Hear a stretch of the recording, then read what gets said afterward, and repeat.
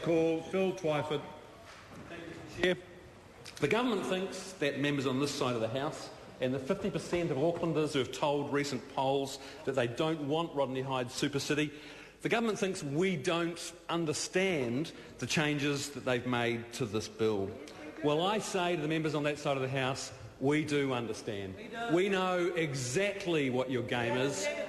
We know what you're up to, and furthermore, the people of Auckland know what you're up to, and they don't like it, and they haven't liked it all year, and that's why, Mr Chairman, the polls have been getting stronger and stronger against the super city. Now, I want to pay tribute to the linguistic skills of the Minister of Local Government.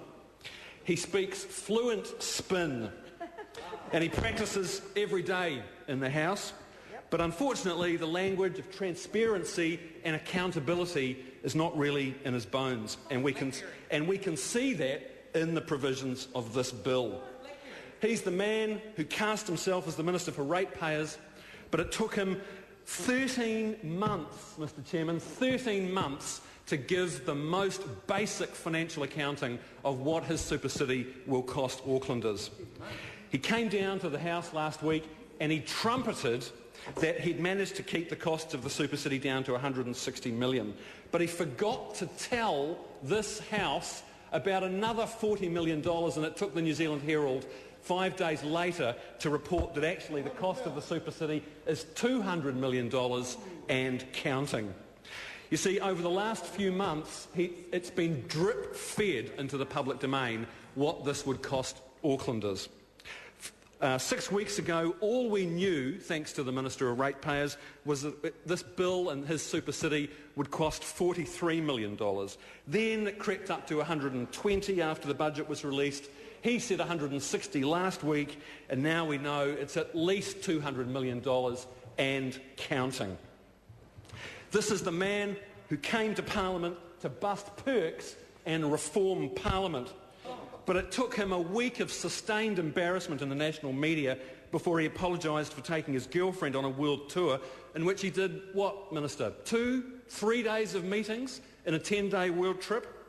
He spent, what, $40,000 of taxpayers' money on a so-called fact-finding tour of international cities when already both of his bills had been drafted and one of them passed, and the Royal Commission had done extensive international research on international cities at the cost of $4 million to the taxpayer. Worst of all, the great reformer of parliamentary procedure rammed 2 bills through the House under urgency. In fact, the second bill was passed under urgency, in the words of the Prime Minister, because the Minister of Local Government was on an international tour. There he was, taking his girlfriend to her brother's wedding and riding the roller coaster at Universal Studios, or was it Disneyland? And as a result of that, the second bill was passed under urgency. Well, that's great.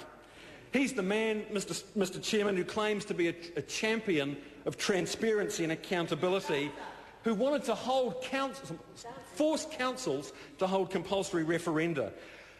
He's also the man who's imposing corporatisation on this city, 75% of its assets and operations handed over to control by hand-picked boards, against the advice of government departments. He's the man who loves to lecture this House on good governance, but it was his threat to resign that made John Key drop Māori seats from the Auckland agenda, and then Mr Hyde went around town encouraging people to go to the select committee that Hone Harawira and Tau Henare and others were on, encouraging them to make submissions on the question of Māori seats when the decision had already been made behind closed doors. This man is a recidivist when it comes to spin.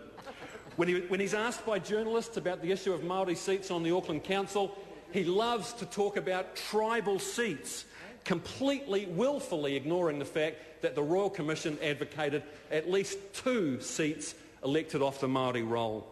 He goes around town saying that local boards have the power to make bylaws, when he knows quite well they have no such power. They only have the ability under this bill, under the Second Act, to propose bylaws to the Auckland Council. He claims to be a champion of one person, one vote, but that's a joke. he's done more than any one person to undermine democracy in Auckland local government. He says...